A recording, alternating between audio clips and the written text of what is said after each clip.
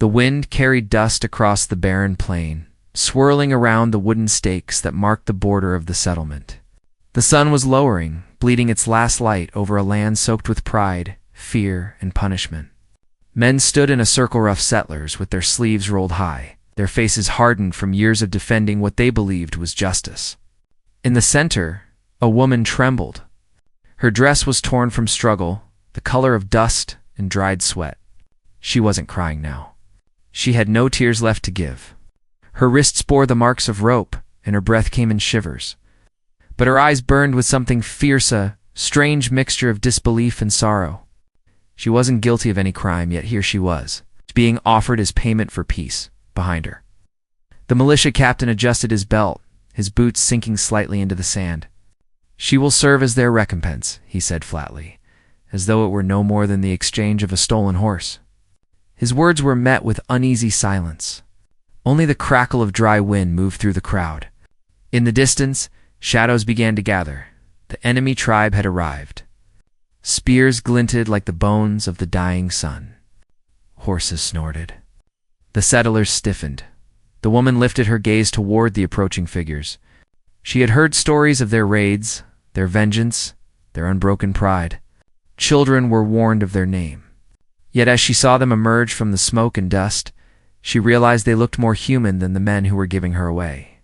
Among them was a tall warrior with a chain dragging from his wrist, his chest bare, his skin marked with ash and paint that told stories older than the mountains. His dark hair fell across his shoulders, bound in leather strips, and his eyes sharp and watchful met hers. For a fleeting moment, something unspoken passed between them. Not pity, not curiosity, something deeper. Recognition. It was as if both understood the weight of being bound by someone else's judgment.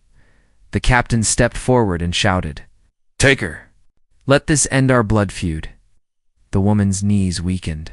Two soldiers pushed her ahead. Her heart pounded against her ribs like a trapped bird. The Apache warriors watched silently, their expressions unreadable. The tall one at the front clenched his fists, and the chain at his wrist rattled. He did not move at first. The wind shifted again, carrying the smell of smoke and despair. Somewhere behind the settlers, a child began to cry as she stumbled forward. Her bare feet scraping against stones, she whispered a prayer she could barely remember. Her voice broke against the air like glass. The warrior's eyes followed her every step. He could see the fear she tried to hide, the defiance in the way she refused to bow her head. He understood that kind of strength. He had seen it before in his mother, in the women who buried their dead and still faced the dawn. But this woman did not belong to his people. And the punishment the settlers had chosen was cruel beyond measure. When the moment came, the settlers forced her into the open. One man raised a torch and held it toward the ground, a warning in case the tribe refused the deal. The captain's voice rang out again. "The council has spoken. Let this woman pay the price for the sins of her people." The words cut the air, and with them came silence heavy enough to choke. The warrior took a step forward, his shadow stretching long across the sand. Every rifle turned toward him. "Leave her," the captain ordered, "and back away." But the Apache did not move back. He looked from the woman to the men behind her, and his voice, low but steady, broke through the murmurs. "Your punishment is cowardice," he said. His English was rough, learned from prisoners and traitors, but his meaning was sharp. "You send her instead of facing us." A murmur ran through the settlers' line. The captain stiffened, his jaw tightening. "You have no say here, savage." The warrior's hand went to the broken shackle around his wrist. "Then take me instead," he said. "She is not part of your war." The crowd erupted, some laughing, others shouting in confusion. The woman's breath caught. Her eyes locked on his, wide with disbelief. The soldier nearest her shoved her forward, but the Apache raised his hand. "Touch her again," he warned, his tone cold, "and you'll meet the earth before the sun rises." Several rifles lifted in his direction. The air trembled. The captain barked an order. "Lower your weapons." The command came too late. Tension had already split the moment. The Apache stepped between the woman and the soldiers, his presence alone enough to make one of them hesitate. The dust rose around them like a shroud, and for an instant no one dared move. Then, from behind, another voice shouted, "They're breaking the treaty." More soldiers ran from the ridge, their bayonets flashing. The Apache turned sharply, grabbing the woman by the arm. "Run," he hissed. She didn't understand at first, frozen between terror and disbelief. "Run," he repeated, dragging her toward the ravine that cut behind the hill. Gunfire erupted. The ground burst around them. The settlers shouted. The Apache tribe scattered to defend themselves. The woman stumbled as her torn dress caught on a rock, but he pulled her free. His grip firm yet protective. They ran until the gunfire faded behind them. The sound of hooves echoed in the distance. The woman's lungs burned, and every breath came like fire. The warrior slowed near a cluster of rocks, scanning the horizon. His chest rose and fell heavily, the chain still dangling from his wrist. The wind carried the smell of rain, rare and sudden. She sank to the ground, clutching her knees, trying to make sense of what had just happened. "Why did you do that?" she whispered. Her voice trembled between fear and gratitude. The Apache looked down at her, his expression unreadable.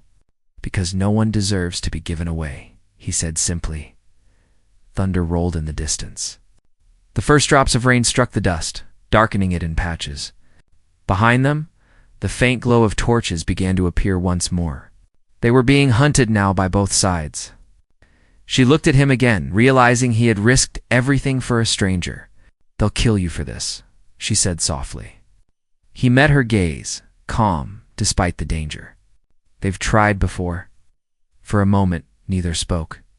The rain fell harder, washing the blood and dirt from their skin. Somewhere far off, a coyote howled. The woman shivered and wrapped her arms around herself. The Apache turned toward the horizon, where the land stretched wild and unending. "We can't go back," he said. "They'll follow until one of us is gone." She didn't know if he meant the settlers or the warriors, but she nodded anyway. Somewhere deep inside her, fear began to twist into something else, something that felt like defiance. Lightning split the sky, revealing their silhouettes against the storm.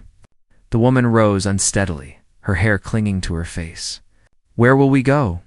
she asked. The Apache looked toward the mountains in the distance. "Home," he said, though there was pain in the word. He started walking, and after a moment's hesitation, she followed. Behind them, the firelight flickered brighter, spreading across the plain as soldiers searched the ground. The night grew heavy, the rain relentless, the earth trembling beneath the weight of what had just begun. The woman glanced back once, seeing the faint glimmer of the world she had known, one that had condemned her for mercy. Ahead lay the unknown, a land ruled by silence and danger, but also by freedom. Somewhere in that wilderness, their fates were already written. Neither of them knew if they would survive until dawn, but for now, all that mattered was that she was no longer alone. The man who stood against them all was walking beside her. The storm had passed by morning, leaving the land quiet and gray. Mist hung over the ravine where they had taken shelter, and smoke from the distant camp still smeared the sky. The woman awoke first, startled by the chill. Her torn dress clung to her skin, and her hair was heavy with rain. For a moment, she didn't remember where she was. The scent of wet earth, the sound of dripping water, and then the sight of him, crouched near the fire he had managed to build with damp wood. The Apache warrior's back was to her, his long black hair falling loose down his shoulders, his skin streaked with dirt and the faint traces of dried blood. He didn't look at her at first. He was sharpening a small blade with slow, steady movements. His jaw set as if weighed down by thoughts that had no end. She sat up carefully, hugging her knees to keep warm. "Where are we?" she asked. Her voice was small, almost swallowed by the morning air. "Far enough to live another day," he said without turning. The tone wasn't unkind, but it carried the weight of someone used to running, to surviving without rest. She studied him quietly, noticing how his eyes flicked to every sound, the distant crow of a raven, the crack of branches under dew. He was alert in a way she had never seen in the men from her settlement. After a moment, she said, "They'll come for us." He nodded. "They will. Both of them." She frowned. "Both. The soldiers. and my own people. He finally turned toward her. You saw what I did? They will not forgive it. His words landed heavy between them. The fire hissed as a drop of rain fell into the coals. She didn't know what to say. She wanted to thank him, to ask why he had risked everything for her, but her throat tightened. She looked at the chain still hanging from his wrist, the iron cutting slightly into his skin. You were their prisoner, she whispered. For a time, he said. They captured me when I came down from the mountains to trade. I thought they'd kill me fast. Instead, they used me to buy peace. He met her eyes. Peace built on punishment never lasts. The word struck her like a truth she had always known but never dared to say. She thought of the men back in the town, the ones who had laughed when the captain read her sentence. The women who turned their faces away. They said I had to pay for something I didn't do, she said quietly. His expression didn't change, but his voice softened. Then we are the same. They sat in silence for a while, the wind moving gently through the canyon grass. She studied him again, realizing he was younger than she had thought. Though his face carried the gravity of someone who had lived too much too soon, his eyes had seen loss. His hands had built and destroyed. And yet, there was a quiet patience in him as strength that wasn't loud but unbreakable. When the sun began to climb higher, he stood and scattered the fire. We have to move. Where? To the high ground? From there I can see the trails. If the soldiers come, we'll know before they find us. He handed her a strip of dried meat wrapped in leather. She took it hesitantly, her hands trembling slightly. It was rough, salted, but she ate anyway. Hunger had no pride. They began walking through the ravine, their footsteps muffled by damp earth. The land stretched endlessly jagged cliffs, scattered brush, and the faint tracks of wild horses that had passed through before dawn. She stumbled often, her body weak from exhaustion, but he slowed his pace so she could keep up. He never spoke much, only gave short instructions when needed. Watch your step, stay low, don't look back. Hours passed before she finally asked, What will you do if they find us? He glanced toward the horizon. Fight if I must. Hide if I can. But never surrender again. Something in his tone made her heart tighten. There was no arrogance in it, only a quiet truth. He had no home left to return to, no safety but what he carved out of the wild. She wondered how long he had been living like that, one step ahead of death, one breath away from being hunted. By afternoon, the heat returned. The ground steamed as the sun burned off the rain. They stopped by a narrow creek that wound through the rocks, its water clear and cold. She knelt to drink, her reflection rippling on the surface. For a moment, she didn't recognize herself. The woman who once baked bread in a small cabin now looked like a ghost, barefoot, bruised.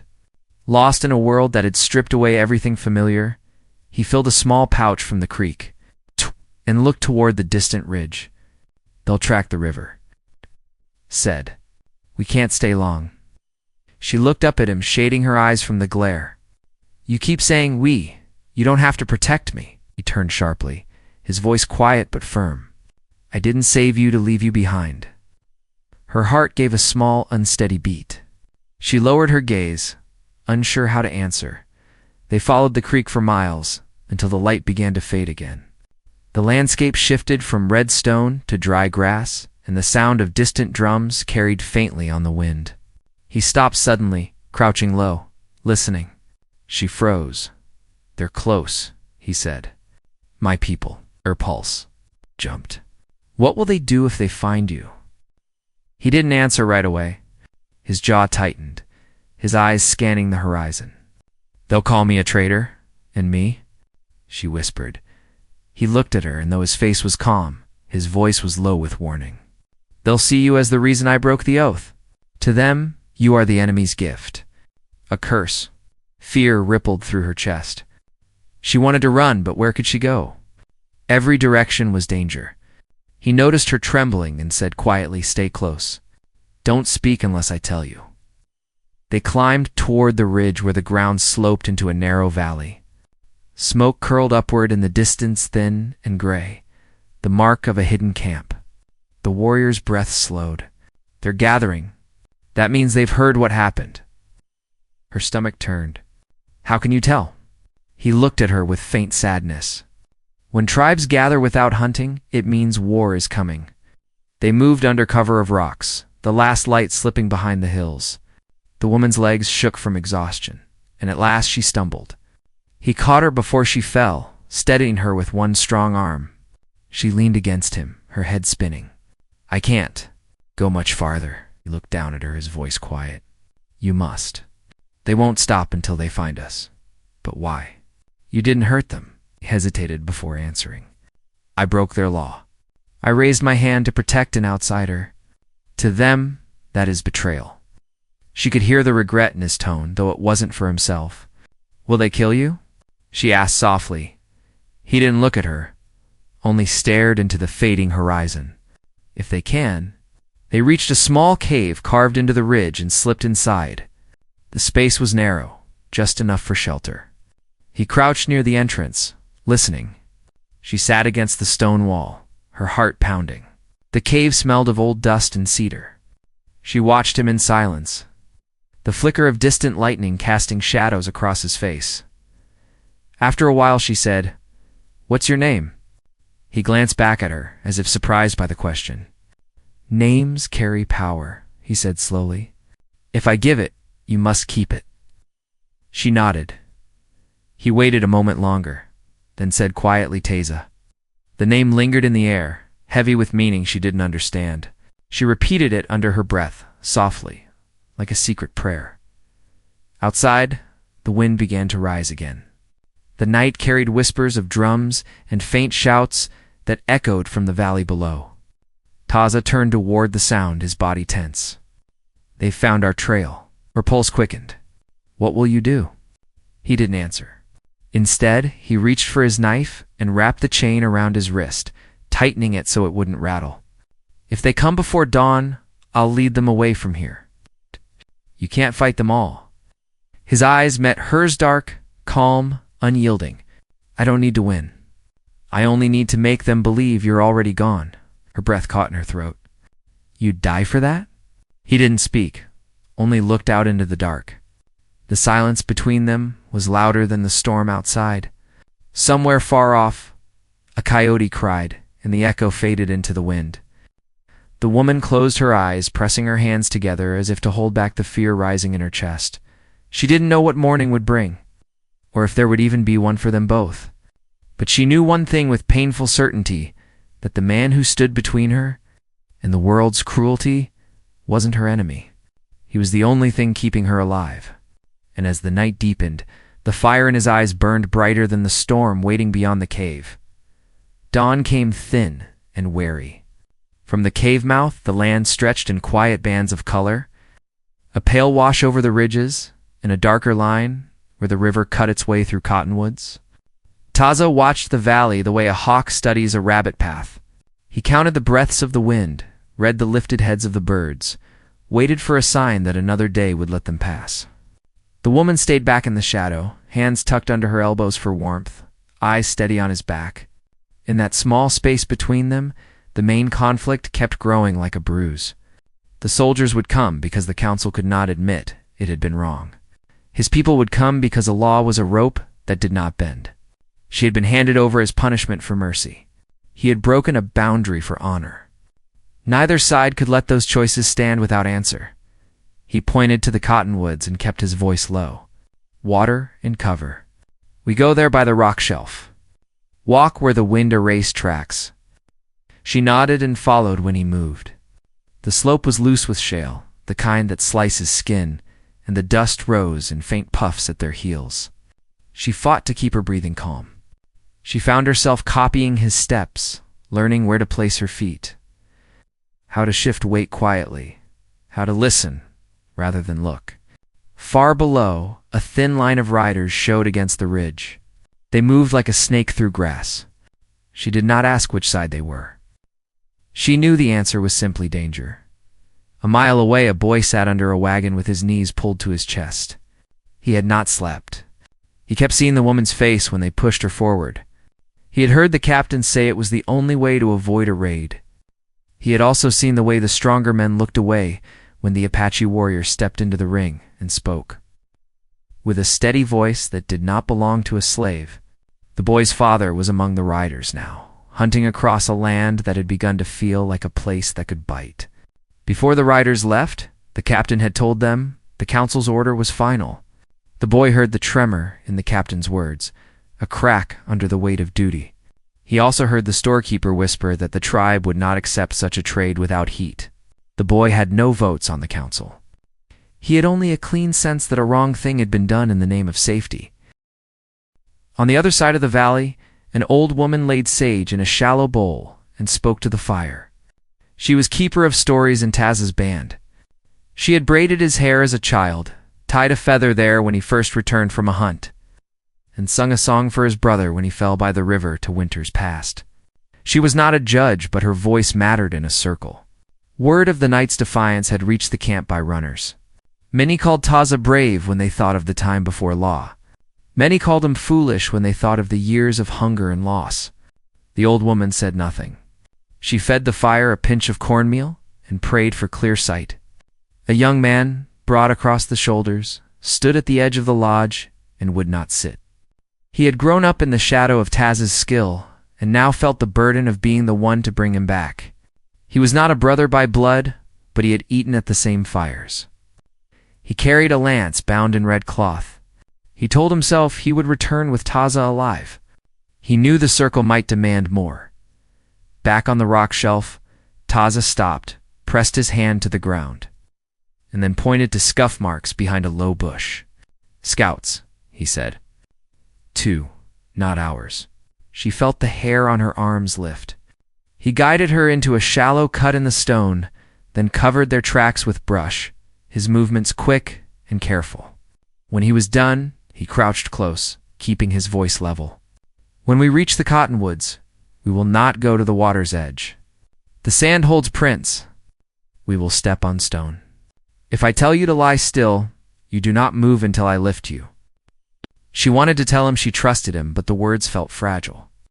Instead, she reached for a strip of leather that had come loose at his wrist and tied it snug to keep the chain from catching. He looked down at her hands, then up at her eyes, and a quiet understanding passed between them. They made the cottonwoods near midday and found shelter in a bend where the river ran over smooth black rock.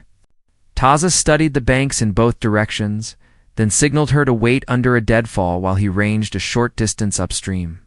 She pulled her knees in and used her skirt to cover the bare skin of her legs, the old modesty returning like a habit. She listened to the tiny tap of water drops falling from leaves, a sound that felt almost too gentle for a world that had turned hard. She thought about the days before the punishment. She had shared water with the child near the well and told his mother there was enough. That small act had seemed harmless. Later, men said the mother had brought a message to her camp that night. Later, someone's corn had been taken from a storage bin. The council searched for a cause that would not shame them. Mercy made an easy target. A soft whistle from upstream brought her back. Taza returned on a crouch and gestured for silence. He held up his hand and showed 2 fingers, then pressed that hand to the ground. Close. She did not see anything yet, but she felt the shift in him. His stillness tightened into a line. He guided her around to the rock face and placed her feet where his had been. He moved with the river's rush to mask the sound, and she moved with him. They settled behind a slanted slab just as 2 riders pushed through the brush on the opposite bank. Cavalry coats. One wore a scout's hat and leaned forward, studying the sand. They spoke softly, their voices carried thinly across the water. The scout pointed to the prints they had left when lightning chased them into the ravine the night before. He gestured downstream, and the cavalryman nodded. They were guessing wrong. Taza did not smile. He waited until the riders turned and the sound of hooves faded, then exhaled a long breath he had not allowed himself to take. They stayed there through the heat. He taught her to drink from the side of the mouth so less water spilled, and to press her palms into the stone to cool blood rising to the skin. He spoke little about himself, but she learned pieces between his directions. His father had traded horses with homesteaders before the army came to build a fort on the winter grounds. His band had moved from water to water until the map of his childhood was a string of forced paths. He told her his brother died defending a young couple who had wandered too near a line no one could see. The couple lived. No one remembered the name of the defender except his family. The law took shape in those years. It said the band must stand together like a wall. It said no one pulls a stranger over it. Clouds gathered again in a crooked row. The smell of rain came mixed with the dry scent of dust rising. Taza watched the sky and weighed risk. Storms hide tracks but also fill washes with sudden force. The woman asked what would happen if the valley flooded. He told her they would climb to the mesa and move along its spine. He did not say the mesa left them open to rifles. She had begun to understand what he did not say. Across the valley, the riders split. Half followed the scout downstream. The rest moved toward a ridge that offered a wide view. The captain did not ride at the front. He kept to the center so he could speak to both lines without raising his voice. He had a letter from the territorial judge folded in his pocket like a blessing that also burned his hand. The letter had approved the exchange if it brought quiet to the border. The captain had not expected the warrior to cut the deal in half by walking into danger with plain words that made the crowd straighten in shame. Now the captain chased an outcome that would save his post and perhaps save his pride. If he found the pair and returned only the woman, his men would call him practical. If he brought both back and handed the warrior over to the tribe, the council would call him fair. He knew neither choice was clean. By dusk, Taza and the woman were climbing toward the mesa. Wind flattened the grass. The light fell in long stripes over the land, making every bush look like a crouching man. As they neared the head of the path, Taza stopped and knelt by a set of faint tracks. He studied the angle of the heel and the spacing between prints. He did not speak for a full minute. Then he traced a circle around a mark with his finger. "My people," he said. "A small band. Scouts." She felt her heart drop. "Will they know you by your step?" He looked up with a rueful half-smile. "They taught me to walk." He cut left along a ledge where the rock broke into a shelf. From there, they could see the far camps as small smears of smoke and the white lines of wagon tops along the distant trail. The sight of those wagons pulled something out of her that hurt. For a second, she saw herself on a morning when the bread rose and the floor was swept and the world was ordinary. She pressed a hand to the stone to steady herself. Taza noticed and placed his palm near hers, not touching, but close enough to share the cool of the rock. The simple comfort calmed her. Night came fast, and with it a strange quiet. The storm held its breath. Crickets sang as if they did not know men were hunting. Taza found a narrow crease in the rock where they could shelter without being seen from below. He set a dry root across the crease like a bar, so any movement would crack it and wake them. The woman rested her head against her forearm and stared at the slice of sky. She asked him what his band would do if he went back alone, and said the woman had died in the river. He pressed his thumb against the chain and answered slowly. They would say, "I lived and honor would live with me. But I would know it had drowned." She closed her eyes at that truth. The old woman in the camp added more sage to the fire and told the young men gathered there that a path was not just ground. A path was a promise that feet make to the earth. If Taza had made a promise to protect the woman, they should let him keep it long enough to explain. The young man with the red-bound lance argued that law held the band together when winter took too much. The old woman agreed. Then she asked whether a law that punished mercy could feed a hungry child. The circle went quiet. The young man left the lodge before his voice broke. Near midnight, a single rider approached the mesa from the west, moving without a lantern. He wore a patched coat and carried a long knife in a sheath that had seen many years. He was a tracker who sometimes took pay from the army and sometimes from ranchers who wanted rustlers found without questions. He knew the land like he knew the lines on his palm. He also knew Taz's way of circling a trail to hide its heart. The tracker had once shared coffee with Taz's father on a winter morning when snow turned the world clean. He did not like the council's trade. He did not like the captain's letter. He followed because someone would get there first if he did not. And he wanted a say in what happened when the two who ran out of choices were finally found. In the crease of the rock, the woman woke to the soft crack of the root breaking. She sucked in a breath. Taz's hand was already on her shoulder, steadying her. He leaned toward the opening and peered into the dark. A figure moved below, leading a horse by the rein, careful and patient. Not the jumpy care of a soldier, not the proud silence of a tribal scout. Someone older. Someone who knew how to wait. Taza slid the knife into his palm and measured the angle to the ledge. The horse snorted softly and shook rein from its mane. The figure raised a hand and spoke in a low voice that carried just enough. "I come alone," he said. "I carry no order and no rope. I carry news and a choice." Taza did not answer. The woman held her breath. The rider stepped back so he could not reach the ledge in one rush. "The council in town argues," he said. "Half want the captain to bring you in and hang the matter high. Half want to pretend you were never taken to the border. Your people argue too. Some want your courage to be theirs. Some want your disobedience to be a warning." He paused and lifted his chin toward the trail. "Before this night is over, both sides will put blood on the ground if you stay. I can show you a pass south that no patrol knows. It will buy you 2 days. Or I can ride at dawn to the camps and speak the truth in front of elders who remember your father's fairness." Taza looked at the woman. Her face was pale in the thin starlight. He saw fear there and also resolve. He crouched lower and asked the rider a single question. "If I choose the pass, how many will you lead after us for pay?" The rider gave a slow, tired smile. "None. I am too old to sell a man's life by inches. I came because I could not sleep with the road taking the shape it is taking." Silence wrapped the mesa. The storm finally broke in the distance, a soft white flicker under the clouds. Taza weighed the 2 paths and saw danger braided through both. South meant vanishing and living with a world that called them ghosts. Facing the circles meant begging the same circles that had made this trouble to unmake it. The woman pressed her hand against the chain at his wrist and felt the roughness bite her skin. He closed his fingers over hers, not to stop her, but as if drawing strength from the contact.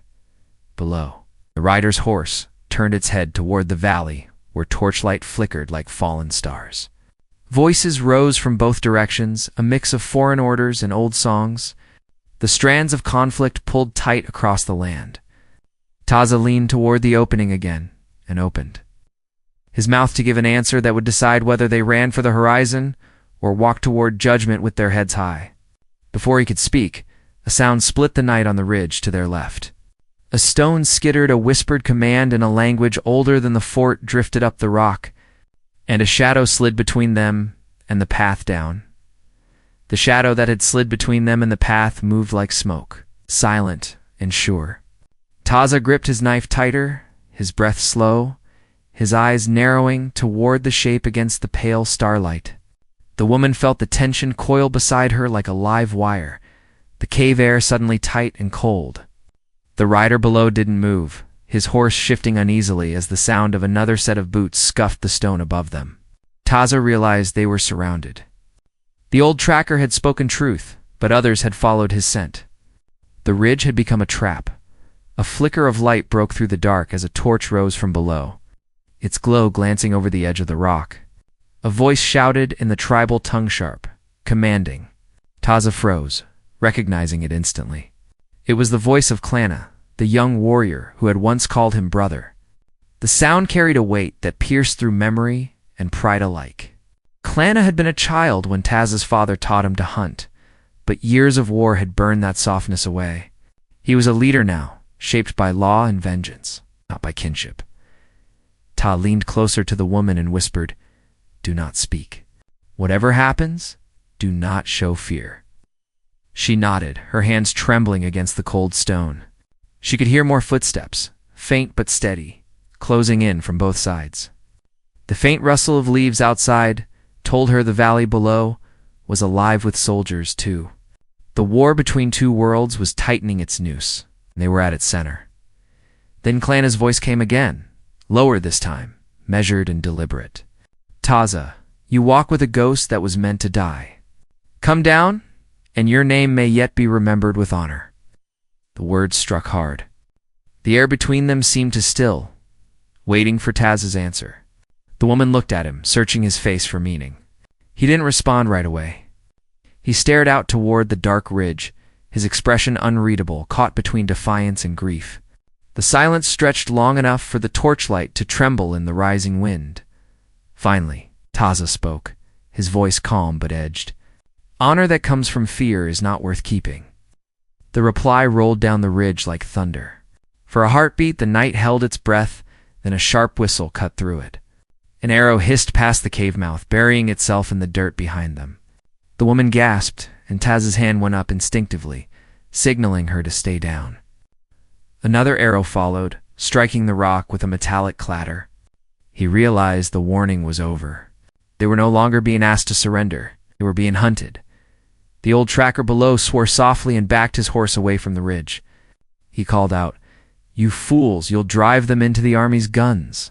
But no one listened. Another whistle rang out, this time from the lower slope, and the sharp crack of a rifle answered. A bullet split the air above their heads, chipping stone. Smoke began to drift upward from below, the smell of gunpowder thickening in the wind. Taza turned to the woman. "We move now," he said, his tone steady but urgent. "Stay behind me. No sound, no stumble." He slipped from the cave like a shadow, crouched low, moving along the ledge toward the narrow descent that cut into the valley. She followed close, her heart thudding so hard it felt like it would betray them. Every sound seemed too loud, the scrape of her heel on rock, the whisper of her breath. Below, the valley had become a ghostly battlefield. Torches moved like restless stars, voices shouting in two languages. Soldiers and tribesmen, each convinced they were ambushing the other. When they reached the first turn of the descent, Aza stopped suddenly. The faint glow of fire flickered through the brush ahead, too steady to be from chance. He dropped to one knee, motioning her down beside him. "They've blocked the trail," he murmured. "We can't go forward." He scanned the cliff face to their left, where a loose rock climbed sharply toward the ridge. "We'll go up. Stay close." They began to climb, their fingers gripping the cold stone, feet searching for holds in the dark. The woman's palms burned against the rough surface, but she didn't dare stop. Behind them, a shout rose from the cave they had left. The echo of boots pounding rock followed, growing louder. One of the voices called out, "Taza! The woman is their curse, not your salvation. Leave her and walk free." Taza didn't look back. "Freedom bought with betrayal is another kind of chain," he muttered under his breath. His jaw tight as he pulled himself higher. Halfway up the cliff, the sound of a rifle cracked again. A bullet sparked against the rock near Taza's shoulder. The woman flinched, almost losing her grip, but his hand shot out and caught hers, holding firm until her footing returned. "Look at me," he said quietly, his eyes steady despite the chaos below. "We reach the top, and they'll lose the trail. You can do this," she nodded, biting back a sob. Every muscle screamed, but she climbed, driven by the raw will in his voice. By the time they reached the ridge, the night was alive with firelight. From the far side of the valley, soldiers were advancing, their torches flickering in a long, grim line. The Apache warriors had taken higher ground, answering with signals and shouts that echoed across the canyon. The woman stood beside Taza, trembling, her hair tangled by the wind. "They're going to kill each other," she whispered. "All of them." He stared out at the spreading chaos, his expression carved in stone. "That's what they wanted," he said quietly. "Punishment became war. And now no one remembers what started it." Behind them, movement stirred the old tracker again, leading his horse up the slope. He dismounted slowly, raising a hand. "There's still a way down," he said. A dry streamed on the far side. "But if you wait any longer, you'll be caught between both fires." Taza didn't answer. He was watching the ridge to the east, where a lone torch was moving fast in their direction. Clanna, the young warrior, had tracked his path too well. The tracker followed Taz's gaze. "He won't come to talk," he warned. "If he's here, he means to finish this." The woman stepped closer, her voice trembling. "Please," she said to Taza, "we can still leave. Let him go. You don't have to fight him." He turned to her then, the torchlight glinting off his dark eyes. "If I run from him now, he'll chase until one of us is dust. This ends tonight. The wind rose again, carrying the sound of drums from the distant camp. The rhythm was ancient, calling warriors to battle. It echoed across the plains like a heartbeat, steady and relentless. The woman felt it in her chest, each beat matching the rush of blood in her ears. She wanted to tell him not to go, to beg him to choose life over pride, but the look on his face told her there was no turning back. The tracker shook his head. "You'll die for a people that forgot your mercy," he said. Taz's reply was quiet, but sure. "Then I'll die remembering it." Clana appeared through the smoke, his figure tall and sharp against the firelit sky.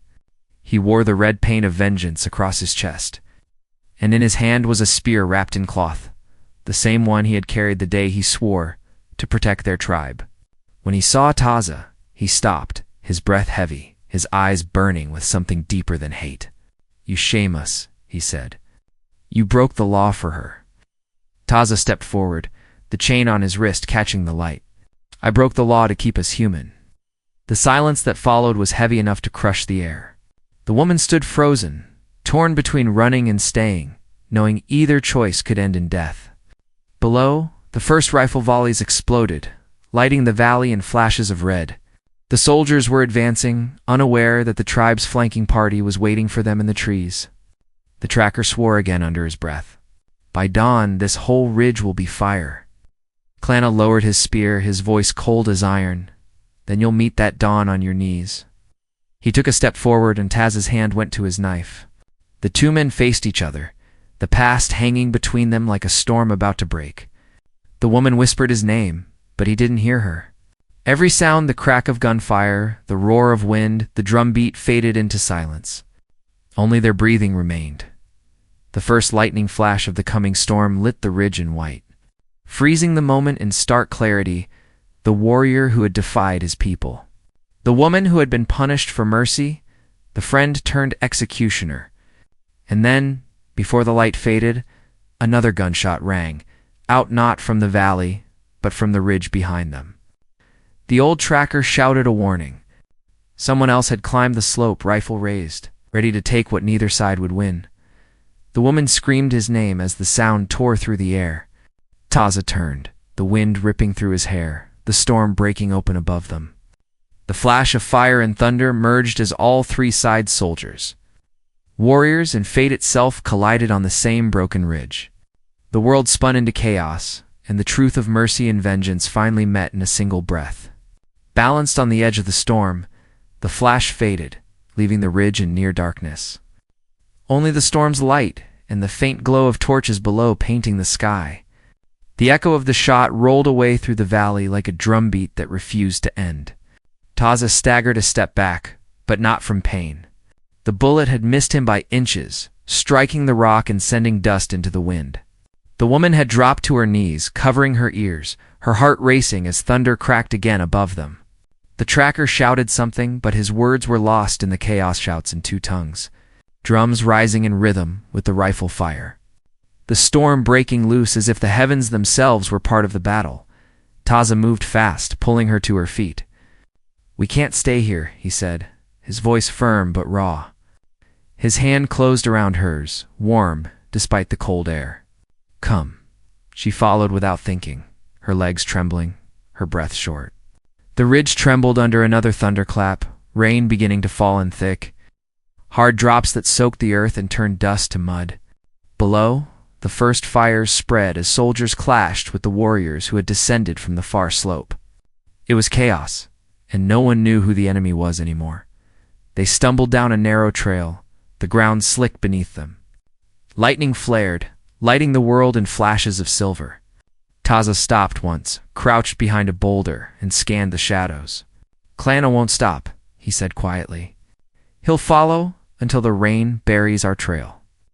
The woman's voice shook when she asked, "Why? Why can't he let you go?" He looked at her, his eyes calm even in the madness around them. "Because I showed mercy when he was taught only to fear. To him, I broke the order that kept our people alive. But if mercy dies, then the order means nothing." The old tracker caught up with them, panting hard, his hat dark with rain. "The stream ahead," he said. "If we cut through it, we can reach the lower plain before sunrise." He turned to Taza. After that, you're on your own. The soldiers won't go that far in this weather. Taza nodded. You've done enough. They pressed on, the path steep and twisting. The woman's dress was heavy with rain, her hair clinging to her face. Her lungs burned, her hands scraped from the climb, but she didn't stop. The storm howled around them, a mix of wind and gunfire echoing through the hills. For a moment, she thought she saw Clana's torch flicker above them on the ridge. Taza did too. He's close, he muttered. We need to move faster. When they reached the stream, the earth opened into a winding channel of slick stone and water rushing knee-deep. Taza guided her in, using the noise of the current to mask their movement. The rain came harder, blurring everything into shadow and sound. Each flash of lightning showed the outline of the world breaking apart, trees torn by wind. The distant fires dying under the storm. The land itself, shaking with fury at one turn, they stopped under an overhang to catch breath. The tracker looked up the slope and cursed softly. He's still coming. That one's got fire in his heart. Taza nodded, wiping water from his face. He won't stop until he sees the end of it. The tracker studied him a moment, then said, And you? Will you stop before it's too late? Taza didn't answer right away. The woman looked at him, waiting. He stared into the darkness, where the roar of the storm drowned all else. If I stop now, he said, everything I've done will mean nothing. I fought to show them that mercy is not weakness. If I die for that, so be it. The tracker shook his head slowly, his voice quieter now. Mercy's not weakness, boy. But sometimes living for it is harder than dying for it. Then he turned and led them down the next bend, his steps slower, careful on the slick rock by dawn. The rain had faded to a soft drizzle. Mist lay thick across the valley, curling around the trees and rocks. The fires were gone, leaving only black trails of smoke. The woman was half asleep when Taza stopped suddenly, motioning for silence. Ahead, through the mist, the faint shape of a man appeared. Clana. His spear was gone, replaced by a rifle, its barrel glinting faintly in the pale light. He had followed them through the storm, silent, relentless. The tracker raised a hand, stepping forward. Enough, he called. The fight's done. There's nothing left to prove. Clana didn't lower the rifle. You don't speak for him, he said coldly. He chose her over blood. He walks with shame. Taza stepped forward, his chain clinking softly against the stone. I walk with choice, he said. You think mercy is weakness, but it takes more strength to forgive than to hate. Clana's jaw tightened, rain dripping from his chin.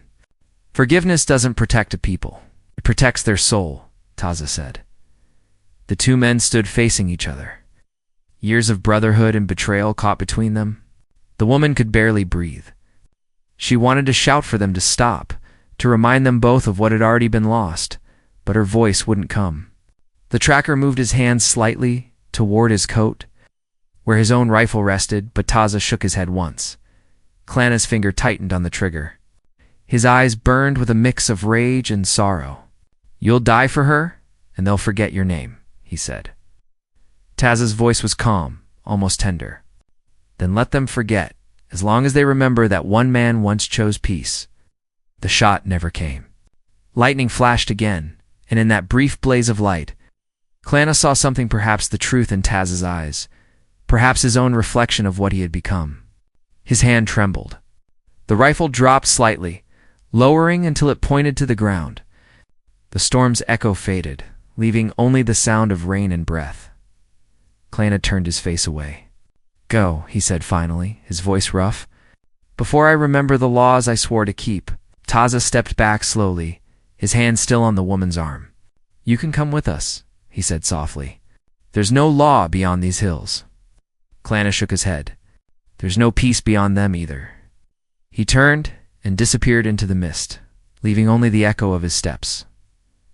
The tracker exhaled long and low. You've both been given a gift, he said. Don't waste it.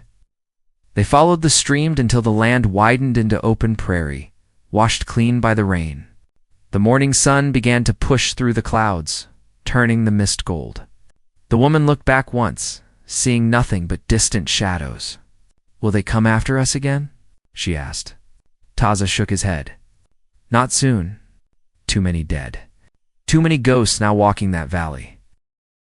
By midday, the tracker stopped at a split in the land where two trails met. My road goes north, he said. Yours should go west. There's a settlement 2 days' walk from here. They won't know your faces. He looked at Taza. You've done more than most men would dare. But remember, every mercy leaves a mark. Carry it well. Taza offered his hand. You've brought us this far. That will not be forgotten. The tracker smiled faintly. Then that's enough. He mounted his horse and rode off toward the horizon, his figure fading with the wind. The woman and Taza walked on. The land stretched open ahead, quiet and wide, the sky clear now except for a few drifting clouds. They didn't speak for a long time. The silence between them wasn't fear anymore. It was something softer, something that felt like peace after too many storms. When they stopped by a rise overlooking the valley, she turned to him. What will you do now? He looked toward the distant hills. Build something that lasts. Even if it's just a story, she smiled faintly. Then let it be one worth telling. He met her gaze, the chain on his wrist glinting in the sunlight. Maybe one day they'll say it began when a woman refused to bow and a warrior refused to hate. The wind moved gently through the grass, carrying the last smell of rain. Behind them lay the ashes of war and judgment. Before them, the open land waited, untamed and endless. They began walking again, side by side, their footprints fading into the soft earth. By the time the sun dipped low, the ridge and all its ghosts were far behind. The valley would heal in time, its rivers running clear again, its people whispering the story of the Apache who stood against both tribes and armies to save a stranger. Some would call it legend, others would call it mercy, but for those who truly listened, would remain a story about courage, the kind that doesn't swing a sword or raise a gun, but chooses to forgive in a world that has forgotten how. And somewhere under that same sky, where thunder still rolled beyond the mountains, two figures walked west, chasing a new kind of dawn.